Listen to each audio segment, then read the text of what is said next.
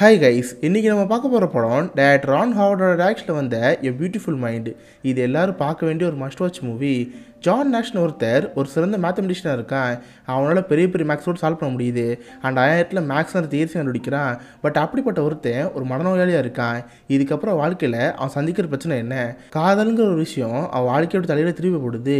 இதை சொல்கிற ஒரு படம் தான் எ பியூட்டிஃபுல் மைண்ட். இது சீரியஸில் ரொம்ப அழகான ஒரு படம். சொல்லப்போனால் இந்த படத்தை ஒரு 3 வருஷம் மட்டும் நம்ம சேனல் பண்ணியிருந்தேன். பட் கார்பரேட் இஷ்யூஸ்னால அந்த வீடியோ ரிமூவ் பண்ணிட்டு போயிடுச்சு. இப்போ கூட ஃபோட்டோ செஷன் இந்த படத்தை எக்ஸ்பிளைன் பண்ணுவேன். அண்ட் இது ரொம்ப அழகான ஒரு படம். இந்த படத்தை இன்ஸ்பயர் பண்ணி தமிழில் எத்தனை படங்கள் வந்திருக்கு, நிறைய சீன்ஸ் ஆடி காப்பி அடிச்சு முழுக்காக இன்ஸ்பயர் பண்ணி எவ்வளோ படங்கள் வந்திருக்கு, அதில் என்னென்னங்கிறத நீங்கள் இந்த படத்தை பார்த்து தெரிஞ்சுக்கோங்க. சரி, இப்போ வாங்க பியூட்டிஃபுல் மைண்டுங்கிற இந்த கதைக்குள்ளே போகலாம். படம் ஆரம்பிக்கிற காலகட்டம் 1947. Princeton university. இது அந்த ஊருக்கு ஒரு மிகப்பெரிய காலேஜ். அங்கே படிக்கிற ஒருத்தன் தான் நம்ம ஹீரோவான ஜான் நேஷ். இவனுக்கு மேக்ஸ் ரொம்ப இன்ட்ரெஸ்ட் இருக்கும். அதுக்காக தான் டிபார்ட்மெண்ட் எடுத்திருப்பான். போனோன்னு ஃப்ரெஷர்ஸ்க்கெலாம் பேசுவாங்களே, அந்த மாதிரி பிரின்சிபல் பேசியிருக்காரு.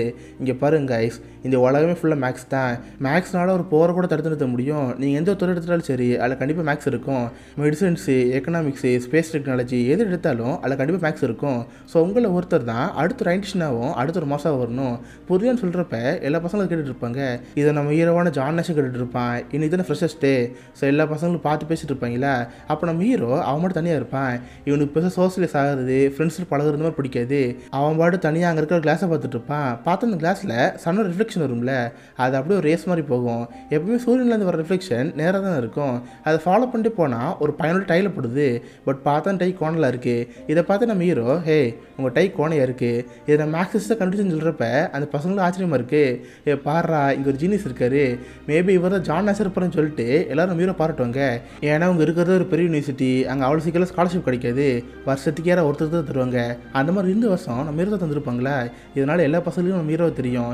எல்லாரும் நம்ம ஹீரோவை ஜீனிஸ் தான் பார்த்துருப்பாங்க. இவனும் சரி அவனை கொடுத்துக்கு ரூமுக்கு போவான். டேபிள் எடுத்து ஜன்னல் கிட்ட வச்சு சூரியனை பார்த்து நின்றுட்டு இருப்பான். ஏன்னா ஜன்னலில் ஒரு கண்ணாடி இருக்கும். நமக்கே நோட் பண்ணுறதுக்கு எதாவது வேணும்ல. அதனால் தியரிஸ் எல்லாத்தையுமே அந்த கண்ணாடி எழுதி வச்சுட்டு இருப்பான். அப்போ கரெக்டாக ஒரு ரூமுக்கு சார்லஸ்னு ஒருத்தர் வருவான். ஹே, நான் தான் இப்போ ரூம்மேட்டு, நான் இங்கிலீஷ் டிபார்ட்மெண்ட்டில் இருக்கேன்னு சொல்கிறப்ப நம்ம ஹீரோ ஆச்சரியமாக இருக்குது. ஏன்னா இவர் ரூமில் ஒருத்தர் மட்டும் சொல்லியிருந்திருப்பாங்க.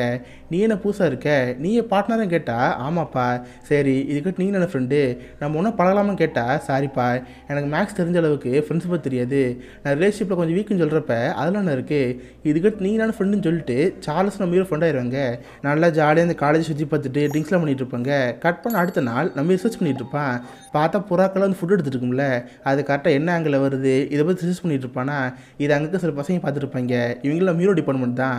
அதில் முக்கியமாக மார்ட்டின் ஒருத்தர் இருப்பான். அவனுக்கு நம்ம ஹீரோ சுத்தமாக பிடிக்காது. இவனை எப்படியாவது மொக்க வாங்கிக்கணும்னு நினச்சிட்டே இருப்பான். அதனால் ஹீரோவை பார்த்து, ஹே ஜான், நாங்கள் இங்கே ஒரு கேம் விளாண்டுட்டு இருக்கோம், நீ கூட வரியா, வந்து விளாட்டு சொல்கிறப்ப சாரி பண்ணுங்க அதெல்லாம் நேரம் இல்லை, ரிசர்ச் பண்ணுறேன்னு சொன்னால் என் தோத்துறன்னு பயமாக இருக்கா, வந்து விளாடுன்னு சொன்னால் இவனு சேர்ந்து விளாட போவான்.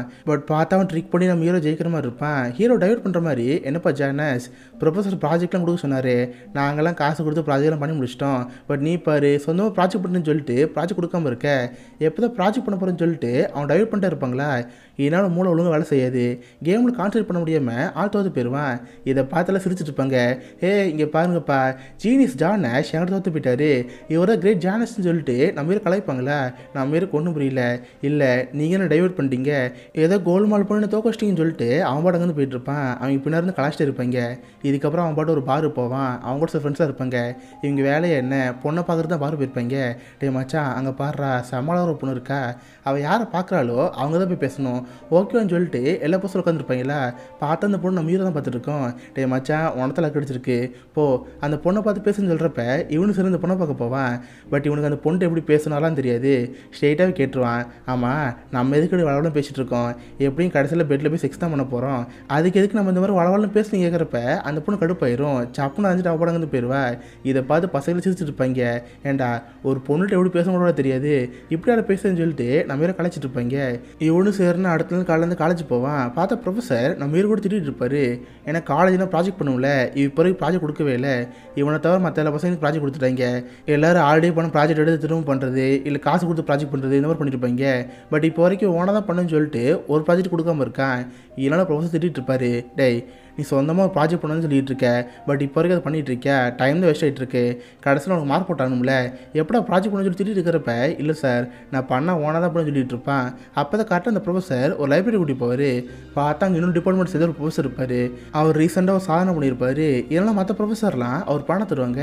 இதை பார்க்குற அந்த ப்ரொஃபஸர் ஹீரோவை பார்த்து, டே ஜானஸ் அந்த ப்ரொஃபஸருக்குலாம் பணம் தராங்களே, இது ஏன்னு தெரியுமான்னு கேட்டால் அவருக்கு ஒரு அங்கீகாரம் கிடச்சிருக்கு, அதான் பேனா தராங்கன்னு சொல்கிறப்ப, டே முட்டாள் இதாண்ட உங்ககிட்ட இருக்கிற ப்ராப்ளமே, வெறும் அங்கீகாரத்தை மட்டுமே தேடி போயிட்டு இருந்தால் அங்கீகாரம் கிடச்சிருமா? சாதனை பண்ணால் தான் அங்கீகாரம் கிடைக்கும், வேறு ரெகக்னேஷன் மட்டும் போதாது, அச்சீவ்மெண்ட் பண்ணால் தான் ரெகக்னேஷன் கிடைக்குன்னு சொல்லுவார்.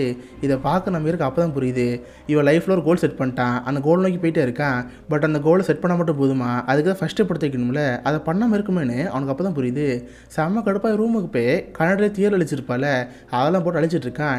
டேபிளில் போட்டு அடித்து நான் பண்ணது தப்பு, நான் ஒரு பெரிய முட்டாள்னு சொல்லிட்டு அவன் மண்டை எடுத்து முட்டிகிட்டு இருப்பான். பார்த்து மண்டல ரத்தமாக வந்துட்டு இருக்கோம். இதை ரூம்மேட் வைப்பான், டே ஜான் உனக்கு பைத்தியம் முடிச்சாடா, எப்படி பண்ணுறேன்னு கேட்டால், ஆமாம் நான் முட்டாள், ஒரு சன்லைட்டை பார்த்து மட்டும் உட்காந்து நஜினி சார் எல்லாம் வேஸ்ட்டுன்னு சொல்லிட்டு டேபிளை தூக்கி வச்சுட்டு இருப்பானா. இதை பார்த்து உனக்கு வந்துடும். இவனு ஹெல்ப் பண்ணி டேபிளை தூக்கி கீழே போட்டுருவான். அப்போ சார்லஸ் பக்கம் ஒரு ஐடியா சொல்லுவான், டே மச்சான் இந்த நியூட்டன் இருக்கல அவன் செம்ம மாசம் ஆள்றா, அவன் சொன்னலா கரெக்டாக தானே இருக்குது பாரு, நம்ம ஒரு டேபிளை மேலே கீழே தூக்கி போட்டோம், அது கரெக்டாக கீழே தானே விழுந்துருக்கு, நியூட்டன்ஸ் இந்த கரெக்டுன்னு சொல்லிட்டு அவன் சிரிச்சிட்டு இருப்பானா. இதை பார்த்து ஹீரோக்கு சிரிப்பு வரும். ஸோ அவனை நம்ம ரிசர்ச் பண்ணுன்னு சொல்லிட்டு அதுக்கு ஏற்ற மாதிரி ப்ராஜெக்ட்லாம் பண்ணிகிட்டு இருப்பான். கட் பண்ணால் நைட்டு எல்லோரும் பாருக்கு போவாங்க. இவனும் வழக்கமாக அந்த பாரு போயிருப்பான். பார்த்தா எப்பவுமே அந்த பாருக்கு ஒரு பொண்ணு வரும்ல, இன்றைக்கி அவன் மட்டும் வராமல் கூட 4 ஃப்ரெண்ட்ஸை கூட்டிட்டு இருப்பா. இதை பார்த்து அவன் ஃப்ரெண்ட்ஸில் ஜாலியாக வருவாங்க. டே மச்சான் எப்பவுமே ஒரு பொண்ணு தான் வருவா, நம்ம 4 பேர் யாராவது ஒருத்தரை பாப்பா ஒருத்தர் தான் போய் பேசுவோம், பட் இப்போ பாரு எக்ஸ்ட்ரா 4 பொண்ணு வந்திருக்காங்க. ஸோ நம்ம 4 பேருக்கு ஒரு பொண்ணு கிடச்சா கூட ஒரு பொண்ணு சும்மா இருப்பா, நம்ம 4 பேர் என்ஜாய் பண்ணலான்னு சொல்லிட்டு அதை பற்றி பேசிட்டு இருப்பாங்களா. அதோட நிப்பாட்டாமல் ஒரு கோட்டைன்னு சொல்லுவாங்க. பார்த்தா ஆடம் சுத்தத்தை இருக்காரு, அவரை பொருளாதாரத்தின் தந்தை. அவர் சொன்ன ஒரு தியரி இருக்குது, இன் competition individual ambition serves the common good. இதை ஒரு சொன்ன ஃபேமஸான தியரி. இதை கேட்டோடனே நம்ம ஷாக் ஆயிடுறேன். ஆக்சுவலாக சொன்ன தியரி என்னன்னா, இப்போ ஒரு காம்படிஷன் இருக்குன்னு வச்சுக்கோ, அதில் யாராவது ஒருத்தன் ரொம்ப ஆம்பிஷியஸாக இருப்பால, அவன் பண்ணுற ஒரு விஷயம் காமனாக எல்லோரும் குட்டாக இருக்கும். இதான் அவர் சொன்ன ஒரு தியரி. பட் நம்ம மீற நினச்சி பார்த்து இங்கே 4 பொண்ணுங்க இருக்காங்களே, அதை வச்சு அந்த தியரி எக்ஸிக்யூட் பண்ணுவான். இப்போ ஒரு பொண்ணு இருக்குன்னு வச்சுக்கோ, ஒரு பொண்ணு ஒரு பையனை செலக்ட் பண்ணுவா, மிச்சம் இருக்கிற 3 பசங்க சும்மா இருப்பாங்க. இது அப்படி இல்லாமல் அந்த பக்கம் 4 பொண்ணுங்க இருக்காங்களே, 4 பொண்ணுங்களும் நம்ம 4 பசங்களை பார்த்து எப்படி இருக்கும், எல்லாருக்கும் ஒரு பொண்ணு கிடைச்ச மாதிரி இருக்கும். ஸோ அப்போனா ஆடம் ஸ்மித் சொன்னது போய் அவர் தியரி ராங்கன்னு சொல்கிறப்ப அந்த பசங்க யாருக்கு ஒன்றும் புரியல. சொல்லப்போனால் படம் பார்க்குறப்ப எனக்கும் புரியல. நான் சிம்பிளாக எக்ஸ்பிளைன் பண்ண ட்ரை பண்ணுறேன். இப்போ ஒரு குடும்பம் இருக்குன்னு வச்சுக்கோ, அந்த குடும்பத்தை 5 பேர் இருப்பாங்க. 5 பேரில் ஒருத்தர் வேலைக்கு போனாலும் அந்த குடும்பம் நல்லா தான் இருக்கும். பட் இதே அந்த 5 பேரில் 5 பேர் வேலைக்கு போன எப்படி இருக்கும், அந்த குடும்பம் இன்னும் நல்லாவே இருக்கும். இதான் அந்த தியரி. இது கண்டுபிடிச்சா நம்ம இருக்கு செம்மாப்பே போச்சு. உடனே வேகமாக ரூமுக்கு போய் அவன் தியரியை ஃபார்முலா டிரைவ் பண்ணுவான். நெக்ஸ்ட் டே சாரை பார்த்து அந்த ப்ராஜெக்ட் சப்மிட் பண்ணுவான். அவருக்கு அதை படித்து பார்த்து செமசாக்காக இருக்கும். டேய் இவ்வளோ நாள் இந்த உலகம் ஒரு விஷயத்தை ஒன்று நினச்சிட்டு இருந்துச்சு, பட் அதை மாற்றி போகிற மாதிரி தியரி எழுதிருக்கே, நீ வேறு லெவல்ரா, இந்த ப்ராஜெக்ட்டுக்கு கண்டிப்பாக உனக்கு பெரிய சீட்லாம் கிடைக்கும், எம்ஐடியில் உனக்கு சார்ட் கிடைக்குன்னு சொல்கிறப்ப இதை பார்த்து ஒரே ஹாப்பியாக இருக்கும். ஸோ 5 வருஷம் இவன் காலேஜில் படிச்சுட்டு இருப்பான். கட் பண்ணால் 5 வருஷம் கழிச்சு 1953 பென்டகன் பார்த்து அமெரிக்காவுடைய டிஃபென்ஸ் செக்ரட்டரி இருக்குல்ல, அங்கே தான் நம்ம ஹீரோ கூப்பிட்டுருப்பாங்க. பார்த்தா ஒரு பெரிய சூப்பர் கம்ப்யூட்டர் அங்கே இருக்கும். அதில் ஃபுல்லாக நம்பராக இருக்கும். அதாவது ரஷ்யாவுக்கும் அமெரிக்காவுக்கும் போர் போயிட்டு இருக்குல்ல, சில ராணுவ வீரர்கள் அங்கே போயிருப்பாங்க. அவங்க எங்கே மாட்டிகிட்டு இருக்காங்க, எந்த வழி தப்பிச்சுட்டு இருக்காங்க, இதை பற்றிலாம் ஒரு கோடு மாதிரி இருக்கும். பட் அந்த கோடை அவங்களுக்கு டிகோட் பண்ண தெரியாது. ஹீரோ கூப்பிட்டு ஜானஸ் இது உங்களுக்கு தெரியுதா, நல்லா யோசிச்சு பாருங்கன்னு சொல்கிறப்ப அவன் கம்ப்யூட்டர் பார்ப்பானா, அவனுக்கு எல்லாமே நம்பர்ஸாக தெரியும். அந்த நம்பர்ஸை டிரைவ் பண்ணி ஒரு கோடு கொடுப்பான். இதை பார்த்து எல்லாருக்கும் ஒரு ஆச்சரியமாக இருக்கும். ஜானஸ் நீங்கள் ரியலி ஜீனியஸ் தான், நீங்கள் வேறு லெவல்னு சொல்லிட்டு நம்ம ஹீரோ எல்லாரும் பாராட்டுவாங்க. இதெல்லாம் மேலே இருந்து ஒரு ஆள் பார்த்துட்டு இருக்காரு. அவர் யார் நமக்கு இப்போ தெரில. கட் பண்ணால் இப்போ நம்ம ஹீரோ எம்ஐடி கேம்பஸ் போகிறான். இங்கே அவனுக்கு ப்ரொஃபஸர் வேலை கிடச்சிருக்கும். அதாவது இவையேஜ் பசங்க இவனோட வயசு அதிகமானவங்களாக இருப்பாங்களே, அவங்களும் ஸ்டூடெண்டாக இருப்பாங்க. அவங்களுக்கு பாடம் நடத்த வேலை நம்ம ஹீரோ கிடச்சிருக்கும். இவனு சேர்ந்து கிளாஸ் ரூம் பாடம் நடத்த போவான். பார்த்தா கிளாஸ் ரூமுக்கு வெளியே கன்ஸ்ட்ரக்ஷன் ஒர்க்லாம் போயிட்டுருக்கோம். இதனால் டம்மும் சவுண்ட் கேட்டுட்ருக்கோம். இவன் ஜன்னல் சாத்துறப்ப சார் ரொம்ப வெக்கையாக இருக்குது, ஜன்னலை திறங்கன்னு சொன்னால் என்னால் அதெல்லாம் முடியாது, வெளிநடுக்க சவுண்டால் பாடம் நடத்த முடியாது, எனக்கு வர டைம் ரொம்ப கம்மியாக இருக்குது, நான் மட்டும் எழுதி போட்டு போகிறேன்னு சொல்லிட்டு மேக்ஸ் எழுதி போட்டுட்டு இருப்பானா. பார்த்தா அந்த கிளாஸ்லேயே ஒரு பொண்ணு இருப்பா. இவரோட பேர் இலிஷா. அவள் பாட்டு எழுந்து போய் காது திறப்பாள, ஏ பொண்ணு எது காது திறக்கிற, உனக்கு என்னன்னு கேட்டால் சார் பொறுங்க நான் பேசி பார்க்குறேன்னு, அண்ணா இங்கே சார் பாடம் நடத்திட்டு இருக்காரு, நீங்கள் வேலை பார்க்க டிஸ்டர்பன்ஸாக இருக்குது, கொஞ்சம் சவுண்ட் எல்லாம் வேலை பார்க்கணும்னு கேட்குறப்ப இதில் நம்ம இருக்குது, நாங்கள் போயிட்டு 40 நிமிஷம் கழிச்சு வரேன்னு சொல்லிட்டு அவங்க பாட்டு அங்கேருந்து போயிடுவாங்க. இதை பார்த்து நம்ம பல்ப் ஆயிரும். சொல்லப்போன சீனு தமிழை காப்பி அடிச்சு கண்டுபிடிச்சிருப்பாங்க. அது என்னன்னு தெரிஞ்சு மறக்காம கீழே கமெண்ட் பண்ணுங்க. இப்போ நம்ம ஹீரோயின் பண்ண விஷயத்தை பார்த்தா ரொம்ப ஷாக் ஆயிருப்பான். சொல்லப்போனால் அவனுக்கு ஹீரோ மேலே இம்ப்ரெஸ் வந்திருக்கும். தென் அதுக்கடுத்து பாடத்தை ஆரம்பிப்பான். ஒரு மேக்ஸிமம் எழுதி போட்டு கைஸ் இதுதான் அவங்க கொடுக்குற ப்ராப்ளம் சம், இதை நீங்கள் சால்வ் பண்ணணும். பட் சால்வ் பண்ணுறது அவ்வளோ ஈஸியாக கிடையாது. சில பேருக்கு இது மாதக்கணக்காகலாம், சில பேருக்கு வருஷக்கணக்காகலாம், சில பேருக்கு அவங்க வாழணும் கூட போதாது. அவ்வளோ டஃப்பான ஒரு சம்மு. முடிஞ்சால் சால்வ் பண்ணிவாங்கன்னு சொல்லிட்டு அவன் பாட்டுக்கு கிளம்பிட்டே இருப்பான். இதை பார்த்து ஸ்டூடெண்ட்ஸில் கடுப்பாயிட்டு இருப்பாங்க. இப்போ நம்ம மீர் இந்த காலேஜ் வெளியே வரப்ப ஒரு ஆள் மீர் வந்து பார்ப்பாரு. ஹாய், என்னோட பேர் வில்லியம் பேஜர், நான் அவளை பார்த்துன்னு சொல்கிறப்ப அப்போ நம்ம மீர் ஞாபகம் வருது. பார்த்தா நீ பென்டகன் போயிருப்பல. அப்புறம் ஆஃபீஸில் மேலேருந்து ஒருத்தர் நம்ம மீரை பார்த்துருந்துருப்பார்ல, அவர் தான் அந்த ஆள். ஆக்சுவலாக ஒரு அமெரிக்க ராணுவத்தோட டிஃபென்ஸ் செக்யூரிட்டி வேலை பார்த்துருக்காரு. ரொம்ப சீக்கிரட்டான ஒரு வேலை. நீ எங்களோட வாங்கன்னு சொல்லிட்டு தனி ஒரு ஆஃபீஸ் கூட்டி போவார். பார்த்து இவருக்குன்னு தனியாக ஐடி கார்டில் இருக்கும். அதெல்லாம் கொடுத்தா மட்டும்தான் உள்ளே போக முடியும். பெரிய பெரிய சூப்பர் கம்ப்யூட்டர்லாம் அந்த ஆஃபீஸில் இருக்கும். இங்கே பாருங்க நேஷ், அன்றைக்கி நீங்கள் கோலை டிகோட் பண்ணீங்களே, அதை பார்த்து நான் மறந்து போயிட்டேன். சொல்லப்போனால் எங்கள் டிபார்ட்மெண்ட்டுக்கு உங்களை மாதிரி ஆள் தான் தேவை. இதுக்கிட்ட நீங்களும் ஒரு சீக்ரெட் ஆஃபீஸர் மாதிரி தான். நம்ம ராணுவத்தை சேர்ந்த சில பேர் ரஷ்யாவில் இருக்காங்க, எல்லாம் ஸ்லீப்பர் செல்ஸ் தான். அங்கே நடக்கிற விஷயங்களை சீக்ரெட் கோடாக அமெரிக்காவுக்கு அனுப்புவாங்க. தினமும் கால் நியூஸ் பேப்பர் வரும் பார்த்தீங்களா, அதில் தான் மறைமுகமாக சீக்ரெட் கோட் இருக்கும். அதை எங்களை டிகோட் பண்ணுறதுக்கு ஒரு ஆள் தேவை. அதுக்கிட்ட நீங்கள் தான் பண்ணணும். உங்களால் முடியுமான்னு கேட்குறப்ப நம்ம இருக்கிறது ரொம்ப பிடிக்கும். சரி சார், நான் கண்டிப்பாக பண்ணுறேன், நான் உங்கள் டீமில் ஜாயின் பண்ணிக்கிறேன்னு சொல்கிறப்ப அவ்வளோதான் நம்ம உயிர் சேர்த்துக்குவாங்க. பார்த்து கையில் ஒரு சிப்லாம் போட்டு இங்கே பார்த்தீங்களா, இதுதான் உங்களுக்கான அத்தாரிட்டி. நீங்கள் இந்த மாதிரி இங்கே வேலை பார்க்கணுங்கிற விஷயம் யாருக்கும் தெரியக்கூடாது. காலையில் நீங்கள் ஒரு ப்ரொஃபஸராக இருக்கணும், நைட் டைம் இந்த மாதிரி சீக்கிரம் வேலை பார்க்கணும். புரிதான்னு கேட்குறப்ப எல்லாத்துக்கும் நம்ம உயிர் சேர்ந்து சொல்லிடுறான். தென் அதுக்கப்புறம் இந்த வேலையை பார்க்க ஆரம்பிக்கிறான். கட் பண்ணால் அடுத்த நாள் காலையில் நியூஸ் பேப்பரில் வரும்ல, அதெல்லாம் உட்காந்து வெட்டிகிட்டு இருப்பான். நியூஸ் பேப்பரை பார்த்து அதில் டிகோட் பண்ணிட்டே இருப்பான். அதாவது ரஷ்ய ராணுவம் இந்த இடத்துலேருந்து இந்த இடத்துக்கு இந்த வழியாக வராங்க, இந்த மாதிரி மெசேஜ் தான் இருக்கும். அதை டிகோட் பண்ணி ஒரு லெட்டர் எழுதிடுவான். தென் அந்த ஊரில் ஒரு போஸ்ட் பாக்ஸ் இருக்கும், அதில் வச்சிருவான். வில்லியம் பேச்சர் வந்து அந்த போஸ்ட் எடுத்து போயிடுவார். இந்த மாதிரி நம்ம ஹீரோட வேலை இருக்கும். தினமும் தொடர்ந்து இந்த வேலையை பார்த்து இருப்பானா. பார்த்தா ஒரு நாள் அவருக்கு ரூமுக்கு அந்த அலிஷங்கிற பொண்ணு வருவா. நம்ம ஹீரோவை பார்த்து, சார் நீங்கள் ஒரு ப்ராப்ளம் எழுதி போட்டிங்களே, அதை நான் சால்வ் பண்ணிட்டேன், கரெக்டான்னு பாருங்கன்னு சொல்கிறப்ப என்னது சால்வ் பண்ணிட்டியா, அதுக்கு வாய்ப்பே இல்லையே, எங்கே கொடுன்னு பார்த்தா தப்பு தப்பாக தான் இருக்கும். ஏம்மா இது தப்பாக இருக்கே, எதுக்கு இது கொண்டு வந்தேன்னு கேட்டால், இல்லை சார் எனக்கு உங்கள்ட்ட பேசின ஆசையாக இருந்துச்சு, அதான் உங்களை பார்த்து பேச வந்தேன். நீங்கள் இப்போலாம் கிளாஸுக்கு வரதில்லை, ரொம்ப தனியாக இருக்கீங்க, யார்ட்டையும் பேசுகிறது இல்லை, உங்களை யார்ட்டையும் பேச பிடிக்காதுன்னு சொல்லிட்டு கலப்பட ஆரம்பிப்பாளா. நம்ம இருக்க அந்த பொண்ணு ரொம்ப பிடிச்சி போயிருக்கும்ல, அவனு பேச ஆரம்பிப்பான். ஒரு கட்டத்தில் அந்த பொண்ணை ஓப்பனா, நான் உங்க கூட நிறைய விஷயம் பேச ஆசைப்பட்றேன், நம்ம எங்கேயாவது வெளியே போகலாமா, டின்னருக்கு போகலாமான்னு கேட்பா. இவனு யோசிச்சு பார்த்துட்டு, ஆமாம் இன்னைக்கு ஒரு டின்னர் இருக்குது, அது கவர்னர்லாம் வராரு, நீ வேணா அங்கே வான்னு சொல்கிறப்ப இவ்வளோ ரொம்ப ஹாப்பியாக இருக்கும். கட் பண்ணால் இன்றைக்கி நைட்டு நம்ம மீன் பிளாக் கலர் ட்ரெஸ்ஸில் சமாளாக வந்திருப்பா. இதை பார்த்து நம்ம ஹீரோக்கு ஒரு மாதிரி இருக்கும். இந்த 2 பேர் சேர்ந்து கவர்னரோட ஃபோட்டோக்கு தான் இருப்பாங்க. அப்போ நம்ம ஹீரோயின் ரொம்ப கேரிங்காக பார்த்துக்குவா. பார்த்தா ஃபோட்டோ எடுக்கிறப்ப ரொம்ப அழகாக இருக்கணும், டையெல்லாம் நீட்டாக இருக்கணும்னு எல்லாத்தையும் பார்த்து பண்ணுவாளா. இதை பார்த்து நம்ம ஹீரோக்கு ஒரு மாதிரி இருக்கும். இந்த 2 பேர் சும்மா வாக் போகணும்னு சொல்லிட்டு அந்த இடத்துக்கு வாக் போயிட்டு இருப்பாங்க. அப்போ வானம் ஃபுல்லாக நட்சத்திரமாக இருக்கும். நம்ம ஜானை பார்த்து, ஹே ஜானஸ், நீங்கள் இன்றைக்கி நட்சத்திரங்கள் எண்ணிருக்கீங்களா, நான் ஒரு வாட்டி எண்ணினேன், 400 ரூபாய்க்கு என்ன முடிஞ்சு, பட் அதுக்கு மேலே என்ன முடியலன்னு சொல்கிறப்ப நம்ம இருக்க அதை போய் சிரிப்பு வந்துட்டுருக்கு. ஹே நட்சத்திரத்தை என்ன முடியுமா, சரி அதெல்லாம் இருக்கட்டும், நீ ஏதோ ஒரு பொருள் நினச்சிக்கோ, அது வானத்தை கொண்டு வர முடியும், எங்கே ஒரு பொருள் பேர் சொல்லுன்னு சொல்கிறப்ப அவள் குடன்னு சொல்லுவாளா. இவனு கையை பிடிச்சி வானத்தை வரைஞ்சி காட்டுவான். பார்த்தா கோலம் போடுவோம்ல, அந்த மாதிரி ஒவ்வொரு டேட்டா கனெக்ட் பண்ணி பார்த்தியா அம்பலா தெரியுன்னு சொல்லுவான். இதை பார்த்து அவள் சிரிப்பா. நெக்ஸ்ட் ஆக்டோபஸ்ன்னு சொல்கிறப்ப அவனை அதை வரைவான். சரி இந்த மாதிரி 2 இடத்துக்குள்ளே ஒரு ரொமான்ஸ் வர ஆரம்பிச்சிடும். தென் அடிக்கடி 2 பேரும் அவுட்டிங்லாம் போவாங்க. நம்ம ஹீரோ ஹீரோன்னு ஒன்றா இருப்பாங்க. பட் இப்போ வரைக்கும் ஹீரோ ஐ லவ்னு சொல்லவே இல்லை. இது லைட்டாக அவனுக்குள்ள தயக்கமாக இருக்கும். தென் அதுக்காக ஒரு மரத்துக்கிட்ட உட்காந்து வழக்கம் போல தான் நியூஸ் பேப்பர்ஸில் எடுத்து டீகோட் பண்ணிட்டு இருப்பான். அப்புறம் குட்டி பொண்ணு அந்த பக்கம் வந்து, ஹலோ நீங்கள் ஏன் ஜான்னஸ்ன்னு சொல்லும், நான் பேர் ஒன்றும் புரியல, என் பேரோட ஒன்று தெரியும் கேட்டால் என் அங்கிள் தான் சொன்னார்னு சொல்லுவா.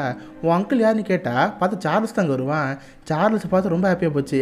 டே சார்லஸ் நீ எங்கடா இங்கே, உன்னை பார்த்து எவ்வளோ நாள் ஆச்சு, ஆமாம் இந்த குட்டி பொண்ணு யார், இவ எதுக்கு உங்களோட இருக்கான்னு கேட்டால், அதுவா இவன் என் சிஸ்டரோட பொண்ணு, அவளும் உங்கள் ஹஸ்பண்ட் ஒரு கார் ஆக்சிடென்ட்ல வந்து போயிட்டாங்க, இப்போ இந்த பொண்ணு தனியாக இருக்கா, நான் தான் பார்த்துக்கிறேன்னு சொல்கிறப்ப இதை பார்த்து ஹீரோ கஷ்டமாக இருக்கும்.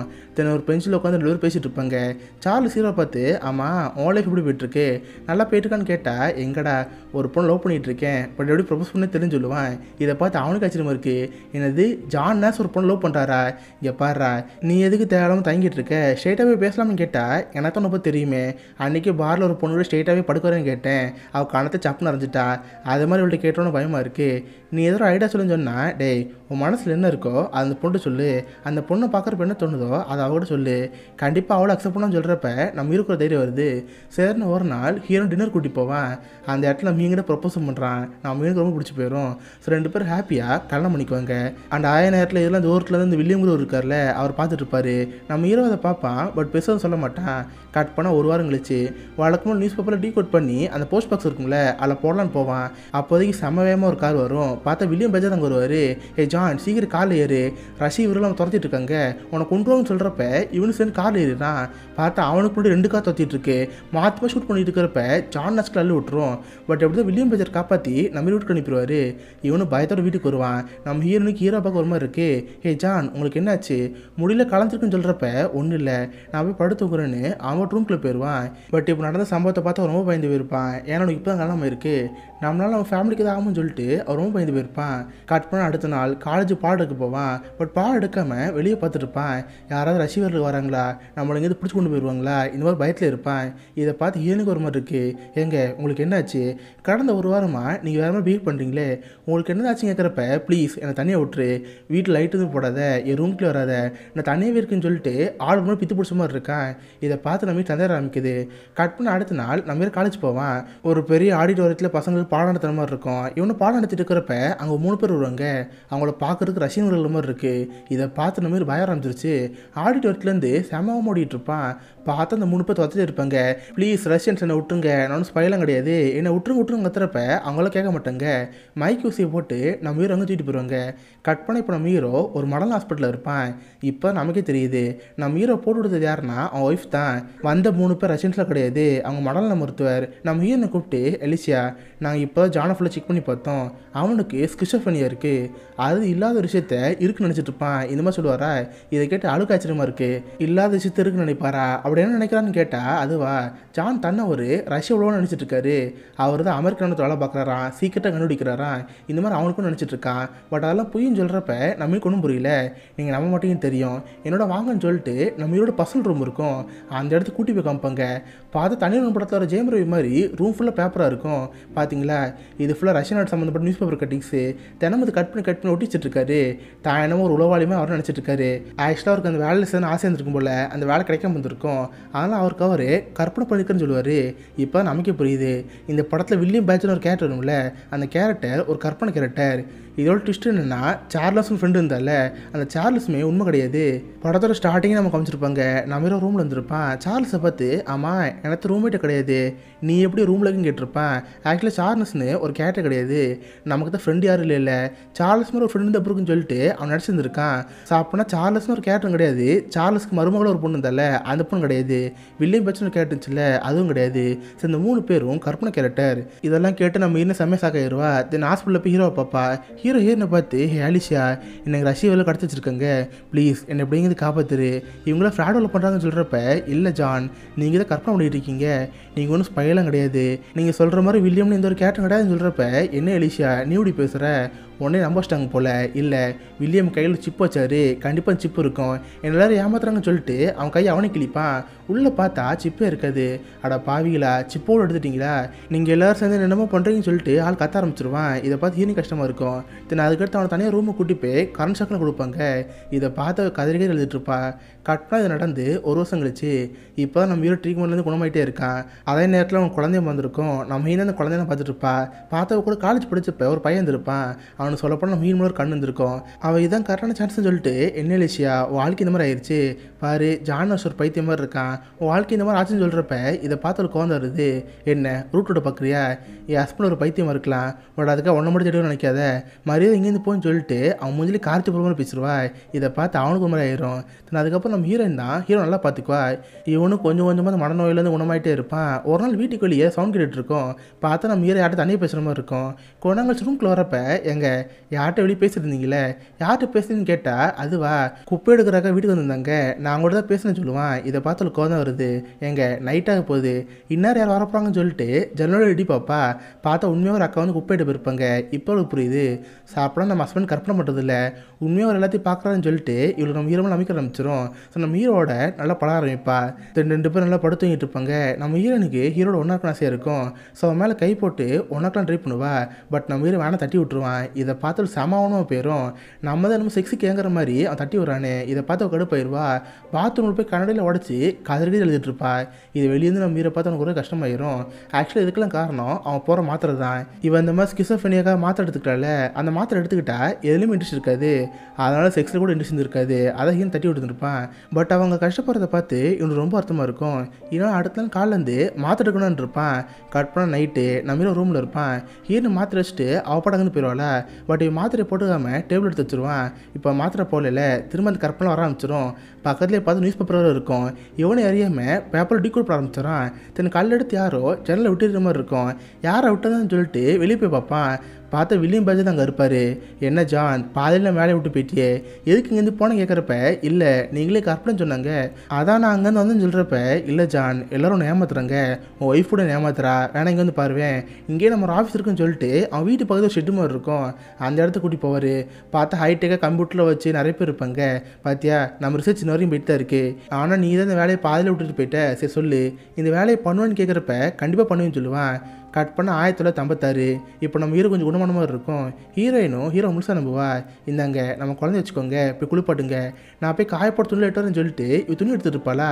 பார்த்தா செம்மையாக மழை பெஞ்சிட்ருக்கோம். அண்ட் பக்கத்தில் இவங்க வீட்டில் ஷெட் இருந்துச்சுல, அங்கே சவுண்ட் வர மாதிரி இருக்குது. என்னென்னு பார்ப்போன்னு சொல்லிட்டு இவன் ஷெட்டுக்கு போய் பார்ப்பா. பார்த்தா செம்ம ஷாக்கு. ஷெட்டு ஃபுல்லாக பேப்பராக தான் இருக்குது. வழக்கம் போல் ரூம் ஃபுல்லாக பேப்பர் ஒட்டி செஞ்சுருப்பான். இதை பார்த்து நம்மளுக்கு செம்ம ஷாக்காயிருச்சு. அப்படியே இருக்குன்னு குணமா இல்லையா, நம்ம மாதிரி குழந்தை கொடுத்துட்டோமே, குழந்தைக்கு என்னாச்சுன்னு நினச்சி வேகம் வீட்டுக்குள்ளே போவா. பார்த்தா பாத்டப்பில் குழந்தை இருக்கும். ஃபுல்லாக தண்ணி முகுற மாதிரி இருக்கும். கொஞ்சம் லேட்டாக வந்திருந்தால் கூட குழந்தை இறந்து போயிருக்கும். செம்ம கடுப்பாய் குழந்தை எடுத்துருவா. ஹே ஜான் உங்களுக்கு என்ன ஆச்சு, ஏன் இப்படி பண்ணுறீங்கன்னு கேட்டால், ஹே எதுக்கு பயப்படுற, நான் தான் சார்ல்ஸ் கிட்ட நம்ம குழந்தைய கொடுத்தேனே, அவனால குழந்தைய பார்த்துக்கோன்னு சொல்கிறப்ப, யோ உனக்கு திரும்ப முத்திருச்சா, உனக்கு சார்லஸ்னு ஃப்ரெண்டு யாருமே கிடையாது, நீ திரும்ப கற்பனை ஆரம்பிச்சிட்ட, நான் டாக்டர் ஃபோன் பண்ணுறேன்னு சொல்லிட்டு டாக்டர் ஃபோன் பண்ண போவாளா. இவனும் வேணான்னு சொல்லுவான். பார்த்தா ஒய்ஃபுக்கு பக்கத்தில் வில்லியம் இருக்கிற மாதிரி இருக்கும். என்ன ஜான், போக போக ஒய்ஃப் ரொம்ப மோசம் நடந்துக்கிறா, அவள் இருக்கிற வரைக்கும் நம்ம வேலை நடக்காது, பேசாமல் நான் ஒய்ஃபை கொல்ல போகிறேன்னு சொல்லிட்டு கண்ணிட்டு ஷூட் பண்ணுற மாதிரி இருக்கும். இப்போ வில்லியம் தட்டி விடுங்கிற பேரில் அவன் ஒய்ஃபை தட்டி விட்டுருவான். இதை பார்த்து செம்ம பயந்து போயிடுவா. சொல்லப்போனால் அவளுக்கு அவள் குழந்தை உயிருக்கு ஆகும்னு பயந்து போயிடுவா. வேகமாக அந்த வீட்டு ஓடி போயிடுவா. இதை பார்க்குற மீறி ஒன்றும் புரியல. திருட்டு அவன் கண்ணுக்கு 3 பேர் தெரிவாங்க. அங்கிள் ஜான்னு அந்த குழந்தை கூப்பிட்ற மாதிரி இருக்கும். அந்த ஃப்ரெண்டு சார்ல்ஸ் வருவான். டே என்னடா பண்ணிகிட்டு இருக்க, உன் மேக்ஸை பார்க்கலான்னு சொல்லிட்டு அவனும் பேசுகிற மாதிரி இருக்கும். வில்லியம் பேசுகிற மாதிரின்னு சொல்லிட்டு 3 பேர் பேசிட்டே இருப்பாங்களா. அப்போ தான் மீறி விஷயத்தை புரிஞ்சுக்குவான். இவன் காலேஜ் முடிச்சு 10 வருஷம் ஆயிடுச்சு. பட் இன்னுமே சார்ல்ஸ்க்கு வயசாகலை. ஆனால் அந்த குட்டி குழந்தை இன்னும் குட்டி குழந்தையாக தான் இருக்குது. இதை பார்த்து அவன் புரிஞ்சுக்கிறான். நம்ம குரலாம் கற்பனை சொல்லிட்டு உடனே ஓடி போய் ஒய்ஃபோட கார் நிப்பாட்டி, எலிஷியா நீ சொல்கிறது காட்டு தான், எனக்கு வரதெல்லாம் கற்பனை, நீயே டாக்டர் ஃபோன் பண்ணு சொல்லிட்டு அவனு சொல்லுவானா. இவ்வளோ சரி டாக்டர் கூப்பிட்டுருப்பா. டாக்டர் ஜானை பார்த்து, என்ன ஜான் கொஞ்சம் மாதங்கள் நீ நல்லா தானே இருந்த, இப்போ இப்படி பிஹேவ் பண்ணுற, நான் கொடுக்குற மாத்திரை போகிறேன்னு கேட்டால், இல்லை டாக்டர் நான் அந்த மாத்திரை போகிறதில்ல, அந்த மாத்திரையை போட்டால் எலும்பு இன்ட்ரெஸ்ட் இருக்க முடிக்குது, என்னால் எலிஷா ரொம்ப கஷ்டப்படுறா, அவள் என் பக்கத்தில் இருந்தால் கூட நான் அவளை அவாய்ட் பண்ணிட்டு போயிட்டே இருக்கேன், அதெல்லாம் பார்த்து எனக்கு ரொம்ப கஷ்டமாக இருக்குது, அவளுக்காக நான் மாத்திரை விட்டேன்னு சொல்கிறப்ப இதை பார்த்து நம்மளுக்கு ஒரு கஷ்டமாயிரும். சரி ஜான் இப்போதைக்கு ஒய்ஃப் கூட இருக்க முடியாது, அவளும் குழந்தைக்கு கொஞ்சம் மாதம் தனியாக இருக்கணும், நீ அது வரைக்கும் எங்கே ட்ரீட்மெண்ட் எடுக்கணும்னு சொல்கிறப்ப இதை பார்த்து ரொம்ப வருத்தப்படுவான். நான் மீன் கார் ஏறி அங்கேருந்து கிளம்பி போயிடுவாள். இதை பார்த்து ரொம்ப வருத்தப்படுவான். கடைசியில் எலிஷாவும் நம்மளோட போயிட்டால, நம்ம வாழ்க்கையில் யாருமே நினச்சி வாழ்ந்துட்டு இருப்பானா. கரெக்டாக எலிஷா அந்த இடத்துக்கு வருவாளா. இவனுக்கு ஆச்சரியமாக இருக்கும். எலிஷா நீங்கள் இருந்து போகலையா, எதுக்கு இங்கே இருக்குன்னு கேட்டால், நான் எப்படி நான் விட்டு போவேன், உனக்கு என்ன கஷ்டமாக இருக்குது, எது நிஜம் எது போய் இது தெரியல, அவ்வளோதானே, பார்த்தியா உன்னால் தொட முடியுதா, தொட முடிஞ்சா உண்மையான அர்த்தம், நான் வந்து எலிஷா இப்போது புரியுதா, நான் எப்போ உன்னோட்டு போக மாட்டேன், நான் எப்பவும் கூட தான் இருப்பேன்னு சொல்லிட்டு நம்ம ஹீரோ ஆக்ட் பண்ணுவா. இதுவே நம்ம ஹீரோக்கு ஒரு ஆறுதலாக இருக்குது. கட் பண்ண இது நடந்து 2 மாதம் கழிச்சு நம்ம 2 மாதம் ட்ரீட்மெண்ட் போயிருப்பான். கொஞ்சம் குணமாகி இப்போ திரும்ப பழைய வேலைக்கு வரலான்னு இருப்பான். இப்போ அவன் காலேஜுக்கு போனால் பார்த்து டிபார்ட்மெண்ட் ஹெட்டாக எடுத்துருப்பார்ல, யாருன்னு பார்த்தா மார்ட்டின் தான். காலேஜ் படிக்கிற போட்டு நம்ம ஹீரோ ரொம்ப எடுத்துருப்பாள் அவன் தான். பட் இப்போ அவன் அந்த மாதிரிலாம் கிடையாது. ரொம்ப நல்லா ஹீரோட்ட ஃபில்லாம் பேசுவான். ஹே ஜான் வா, உனக்காக வெயிட் பண்ணிகிட்டு இருந்தேன், உன்னை பற்றி கேள்விப்பட்டேன், நீ எதுக்கு கவலைப்படாத, நீ பழைய மாதிரி வேலையை பார்க்கலாம், எதுவாக இருந்தாலும் சரி எனக்கு கூப்பிடு, நான் பார்த்துக்கிறேன்னு சொல்கிறப்ப ஜானுக்கு ஹாப்பியாக இருக்கும். கொஞ்ச நேரம் அந்த ரூம் விட்டு வெளியே போவான். பார்த்தா கச்ச முச்சான் சவுண்டு கேட்க ஆரம்பிச்சிருமா. மார்ட்டின் கீழே இறங்கி பார்த்தா ஜான் கத்திட்டு இருப்பான். பார்த்தா திரும்ப அவன் கண்ணுக்கு வில்லியம்னு தெரிஞ்சிட்டு இருப்பாங்க. அவன் போட்டு கத்திட்டு இருக்கிறப்ப மார்ட்டின் தான் குணப்படுத்துவான். இப்போ நம்ம ஹீரோக்கு என்ன செய்யணும் தெரியல. அவன் ட்ரீட்மெண்ட் போயுமே அவனுக்கு அந்த உருவெல்லாம் தெரிஞ்சிட்டு இருக்கு. அது போய் இவருக்கு டீச்சர் வேலை பார்க்குறான். ஸ்டூடெண்ட்ஸ் முன்னாடிலாம் இவன் பைத்தியக்காரமாக தெரிவான். எனக்கு இந்த வேலையே பிடிக்கல, நான் பேசாமல் இங்கே இருந்துருவா, நான் வேலைக்கே போனேன்னு சொல்கிறப்ப இங்கே பாருங்க ஜான், நீங்கள் இதிலே முடங்கி போய் என்ன பண்ண போகிறீங்க, போங்க டெய்லியும் கணிச்சு போங்க. அந்த உருவம் உங்களுக்கு கண்ணு தெரிஞ்சா நீ ஃபேஸ் பண்ணுங்க, திரும்ப திரும்ப அதை ஃபேஸ் பண்ணிட்டே இருங்க, ஒரு நாள் அந்த உருவம் காணாமல் போகும், கண்டிப்பாக நடக்கும்னு சொல்லிட்டு ஆறுதலாக பேசுவாளா. இவனை அதை நம்பி காலேஜ் போவான். பார்த்தா இன்றைக்கி அவன் கண்ணுக்கு சார்லஸ் தெரிவானா. இவன் ஒரே வார்த்தை சார்லஸை பார்த்து சொல்லுவான், சார்லஸ் நீ எனக்கு ஒரு பெஸ்ட் ஃப்ரெண்டாக இருந்திருக்க, பட் இதுக்கடுத்து எனக்கு ஃப்ரெண்டாக தேவையில்லை, ப்ளீஸ் என் வாழ்க்கையோட பேர் நான் உனக்கிட்ட பார்க்க வரும்னு சொல்கிறப்ப அதுக்கிட்ட இந்த உருவம் அவனுக்கு தெரியாது. இவனும் ரெகுலராக ஸ்கூலுக்கு போகிறப்ப அடிக்கடி வெளியே வருவான். வெளியுமே பெருசாக கண்டுக்க மாட்டான். இப்படி நாட்கள் போக போக அந்த உருவங்களுக்கு பெருசாக தெரியுது இல்லை, தெரிஞ்சாலும் இவன் கண்டுக்க முட்டுறான். அது கற்பனை தெரிஞ்சு ஒதுங்கி போயிட்டுருக்கான். ஸோ இதுக்கப்புறம் வாழ்க்கை நல்லாவே போயிட்டுருக்கு. பார்த்தா நம்ம ஹீரோக்கு இன்னொரு பையனை பார்த்துருப்பான். 2 பசங்களும் பெரிய பசங்களாக இருப்பாங்க. கட் பண்ணால் 1978 நம்ம ஹீரோ கொஞ்சம் வயசாக இருக்கும். அப்போ விடாமல் மேக்ஸை பற்றி தியரி பண்ணிட்டே இருப்பான். தினமும் லைப்ரரியில் உட்காந்து வழக்கம் போல தான் கனடில் எழுதிட்டே இருப்பான். அப்போ அவனை பார்க்கறக்கு ஒரு பையன் வருவான். சார் நீங்கள் தான் ஜான் நாஷா, எனக்கு இந்த மேக்ஸில் தியரியில் கொஞ்சம் சந்தேகம் இருக்குது, கொஞ்சம் சொல்லித்தர முடியுமான்னு சொல்லிட்டு அவரோட ஸ்டூடெண்ட்டாக சேர்றான். பார்த்தா ஒரு பையன் 2 பையன் ஆகி 4 பேர் அங்கே இருப்பாங்க. எல்லாருக்கும் நம்ம சொல்லி தந்துட்டு இருப்பானா. கரெக்டாக அப்போ நம்ம காலேஜ் வருவா. மார்ட்டின் ஓடி வந்து ஹெலிஷியா நான் அவங்கள்ட்ட விஷயத்தை காட்டணும், என்கிட்ட வான்னு சொல்லி லைப்ரரி கூட்டிகிட்டு போவான். பார்த்தா நம்ம ஹீரோ அவ்வளோ கேஷுவலாக நிறைய பசங்க சொல்லி தருவானா. இதெல்லாம் பார்த்து அவ்வளோ ஹாப்பியாக இருக்கும். ஸோ இப்போ நம்ம ஹீரோ கூட மாட்டேன்னு சொல்லிட்டு அவர் ரொம்ப சந்தோஷப்படுவா. இதுக்கப்புறம் நம்ம ஹீரோ மார்ட்டின் நடந்து போயிட்டு இருப்பாங்க. அப்போ அவங்க சின்ன விளாண்டுருப்பாங்களே அந்த பெஞ்ச் அங்கே இருக்கும்.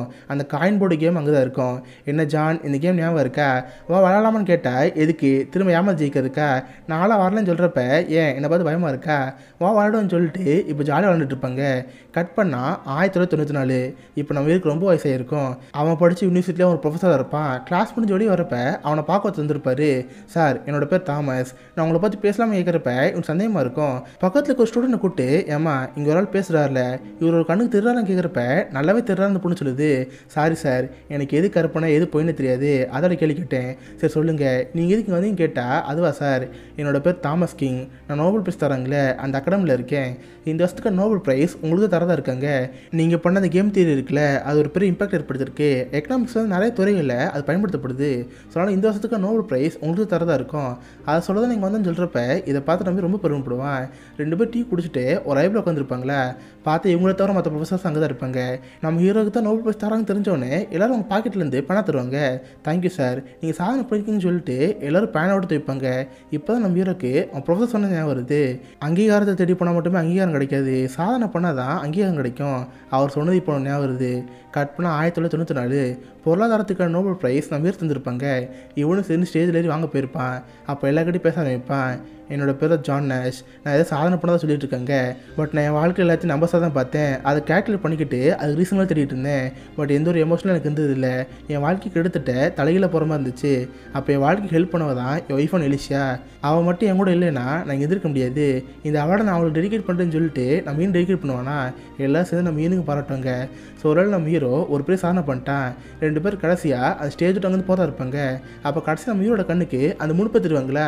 நம்ம மீன் ஹீரோவை பார்த்து எங்க அங்கன்னு பார்க்குறீங்க யாருக்கான்னு கேட்டால் ஒன்றும் இல்லைம்மா சும்மா தான் பார்த்தேன்னு அவர் ஒய்ஃப் அங்கேருந்து கூட்டிகிட்டு போவார். இதோட பியூட்டிஃபுல் மைண்டுங்கிற இந்த படம் முடியுது. கடைசியில் பார்த்தா ஸ்லைடு காமிக்கிறாங்க. இவர் பண்ணார்ல அந்த தேரி இது நிறைய துறைகளில் ஒரு பெரிய இம்பாக்ட் ஏற்படுத்திருக்கு. இப்போ வரைக்குமே ஜான் நேஷ் எலிஷியா உயிரோட தான் இருக்காங்க. கடைசி காலம் வரைக்குமே அவர் மேத்தமெட்டிக்ஸ்க்காக எழுதிட்டே இருக்காரு. இந்த மாதிரி காமிச்சு இந்த படத்தை முடிக்கிறாங்க. பட் இந்த படம் ரிலீஸ் ஆனது 2001. அப்போதைக்கு ஜான் நேஷ் உயிரோட இருந்தார். பட் 2015 ஒரு கார் ஆக்சிடென்ட்ல அவர் இறந்து போயிட்டாரு. அப்போ அவர் கூட இருந்தது அவர் ஒய்ஃபான அலிஷியா தான். சொல்லப்போனால் 2 பேருமே ஒரே நாளில் இறந்து போனாங்க. சாகிறப்ப கூட அவங்க 2 பேரும் ஒன்று தான் போயிருக்காங்க. இதுதான் என் பியூட்டிஃபுல் மைண்டுங்கிற இந்த படத்தோட கதை. ஸோ கண்டிப்பாக இந்த படத்தோட கதையை கேட்குறப்ப உங்களுக்கு மயக்கமான படம் ஞாபகம் வந்திருக்கும். ஸோ இந்த படத்தோட இன்ஸ்பிரேஷன் தான் மயக்கம் என்ன. ஏன்டா வேட்டைக்காரன் படத்தோட சீனை மட்டும் காப்பின்னு சொல்கிற, இது இன்ஸ்பிரேஷன் சொல்கிறேன்னு சொல்லுவீங்க. இது 2 கடலில் இருக்கிற டிஃப்ரெண்ட்டு. காப்பிங்கிறது அந்த சீன்லேருந்து டயலாக் வரைக்கும் அப்படி எடுத்து வைக்கிறது, அதான் வேட்டைக்காரனில் இருக்கும். பட் மயக்கம் என்னங்கிறது இந்த கோர் பிளாட் இருக்குல்ல அதை அப்படியே யூஸ் பண்ணியிருப்பாங்க. சொல்லப்போனால் 2மே சேம் ஸ்டோரி தான். தான். ஒரு பேஷனில் ரொம்ப ஆர்வமாக இருக்க ஒருத்தன் ஒரு மனநோயெல்லாம் பாதிக்கப்படுறான். கடைசியில் அவனுக்கு காதல் தான் கை கொடுக்குது. மனைவிங்கிற ஒருத்தி அவங்க வாழ்க்கை அழகாக்குறாங்க. இதான் இந்த 2 படத்தோட கதை. சொல்லப்போனால் எனக்கு இந்த படத்தோட மயக்கம் ரொம்பவே பிடிக்கும். இந்த படத்தில் ஹீரோ மேத்தமெட்டிஷனாக இருப்பான். பட் அவன் பேஷனில் பெருசாக இன்ட்ரெஸ்ட் இருக்கிற மாதிரி காமிக்க மாட்டாங்க. இதே மயக்கமான எடுத்தா நமக்கே தோணும். கார்த்தி ஒரு ஃபோட்டோகிராஃபராக இருப்பான். அவன் துறையில் அவனுக்கு ஒரு அங்கீகாரம் கிடைக்காதப்ப நம்மளும் அவனை பார்த்து கஷ்டப்படுவோம். சொல்லப்போனால் மயக்கமான பார்த்ததுக்கப்புறம் நிறைய பேருக்கு ஃபோட்டோகிராஃபில் இன்ட்ரெஸ்ட் இருந்திருக்கும். அந்த அளவுக்கு ரொம்ப பெரிய இம்பாக்டை அந்த படம் ஏற்படுத்தியிருக்கும். பட் இந்த படம் பார்க்குறப்ப மேக்ஸிமம் யாருக்கு இன்ட்ரெஸ்ட் வந்திருக்காது. சொல்லப்போனால் நிறைய பேருக்கு அது புரியாமல் இருந்திருக்கும். இது 2 படத்துக்கு டிஃப்ரெண்ட்டு. ஸோ கண்டிப்பாக உங்க எல்லாருக்குமே இந்த படம் பிடிச்சிருன்னு நினைக்கிறேன். அப்படி பிடிச்சிருந்தா இந்த வீடியோக்கு லைக் பண்ணுங்கள். இந்த மாதிரி வித்தியாசமான மூவிஸை பற்றி தெரிஞ்சுக்க மிஸ்டர் ஹாலிஸை சப்ஸ்கிரைப் பண்ணி வச்சுக்கோங்க. உங்கள் அடுத்த நாளில் ஒரு ஆசமான வீடியோ மீட் பண்ணுறேன். அது வரைக்கும் பை கைஸ்.